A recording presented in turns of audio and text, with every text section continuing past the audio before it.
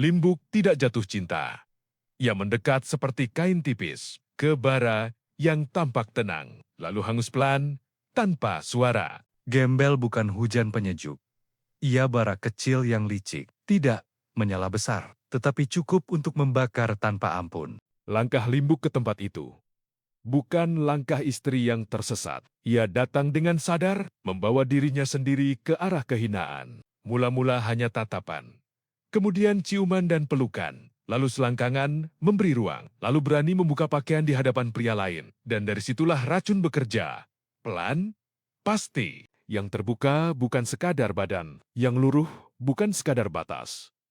Sedikit demi sedikit, tapi pasti, ia menyerahkan bagian terdalamnya pada gelap yang rakus. Gembel tahu cara kerja candu. Ia tak perlu menyentuh. Cukup, ayo gelar neng ranjang, menggelar mapan. Cukup ilusi bahwa kamu harusnya bersyukur masih dipakai. Di sana Limbuk berhenti menjadi istri. Berhenti menjadi ibu. Ia hanya menurut, menunggu jatah untuk dipakai, lalu pulang membawa endapan hasrat yang kian menghitam. Nikmat itu singkat, kosongnya panjang, seperti meneguk air asin. Semakin diminum, semakin haus semakin jatuh. Limbuk tahu itu bukan cinta, bukan tempat pulang, bukan tangan yang menyelamatkan. Namun ia tetap kembali seperti luka yang mencari garam. Dan setiap kali ingin berhenti, sesuatu di dalam dirinya memanggil balik. Bukan rindu, itu candu yang sudah memakai suaranya sendiri. Disitulah jerat itu mengikat.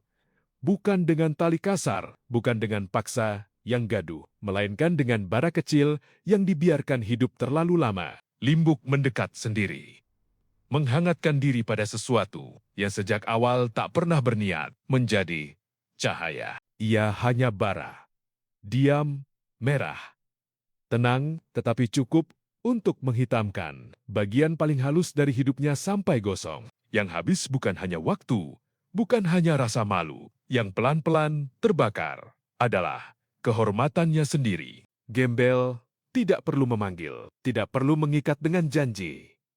Ia cukup menunggu, sebab yang terbiasa hangus akan datang sendiri. Dan Limbuk setiap kali kembali membawa dirinya lebih dekat ke abu yang ia buat dengan tangannya sendiri. Di sana tidak ada cinta, tidak ada keselamatan. Yang ada hanya pengulangan yang menyamar sebagai kebutuhan. Maka jerat itu bukan lagi milik Gembel. Ia sudah tumbuh di dalam diri Limbuk, melilit nalar, malu, dan sisa hormatnya, hingga semuanya lumpuh tanpa perlawanan. Dan ketika jerat itu menutup sempurna, yang tertinggal bukan perempuan yang mencari cinta, melainkan sosok yang membiarkan dirinya hangus, lalu kembali untuk menjadi abu lagi.